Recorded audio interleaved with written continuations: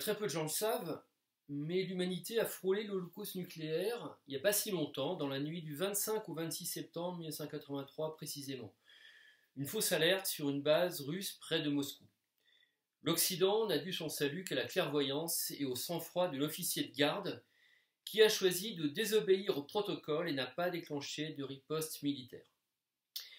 Cet épisode de la guerre froide m'a donné l'idée d'écrire un roman d'Uchronie. Que se serait-il passé si Stanislas Petrov, l'officier en question, avait fait le choix contraire, s'il y avait eu une troisième guerre mondiale, que les soviétiques auraient remporté, comment serait la France de 2021 ?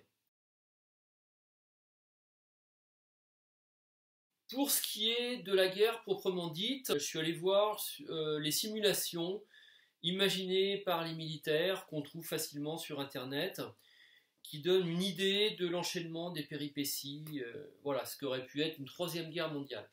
Alors pour ce qui est de l'état de la société française, je me suis basé sur ce qu'on savait des démocraties populaires dans les années 80, avec leurs caractéristiques, donc étatisation, planification de l'économie, socialisation des biens collectifs, forte protection sociale, priorité donnée à la culture, au sport, à l'éducation, ainsi qu'à la conquête de l'espace.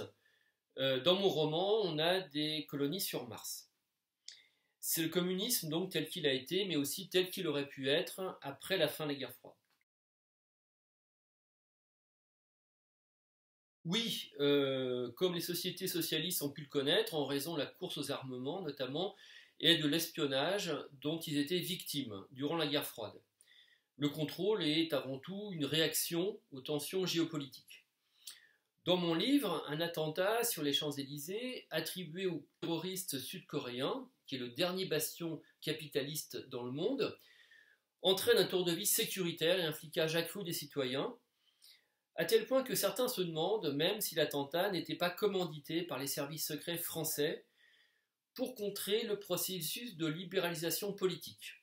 En effet, la présidence du parti a changé et la femme qui est désormais à sa tête veut lutter contre la bureaucratie et promouvoir la démocratie, rendre le pouvoir au peuple, ce qui crispe évidemment ceux qui lui ont confisqué, à savoir les apparatchiks qui profitent du statu quo. Les personnages, oui, donc qui sont rapidement présentés sur la 4e de couverture, que je peux reprendre donc rapidement. Simon Rosenberg, le pirate des ondes, un personnage mythique. Natacha, l'interrogatrice mentaliste. François, le personnage principal, qui évoque un peu celui de Lacombe Lucien dans le film de Louis Malle. On a aussi Pauline et Aniouchka qui vont jouer un rôle décisif dans l'histoire. Et puis Boris ou Michel.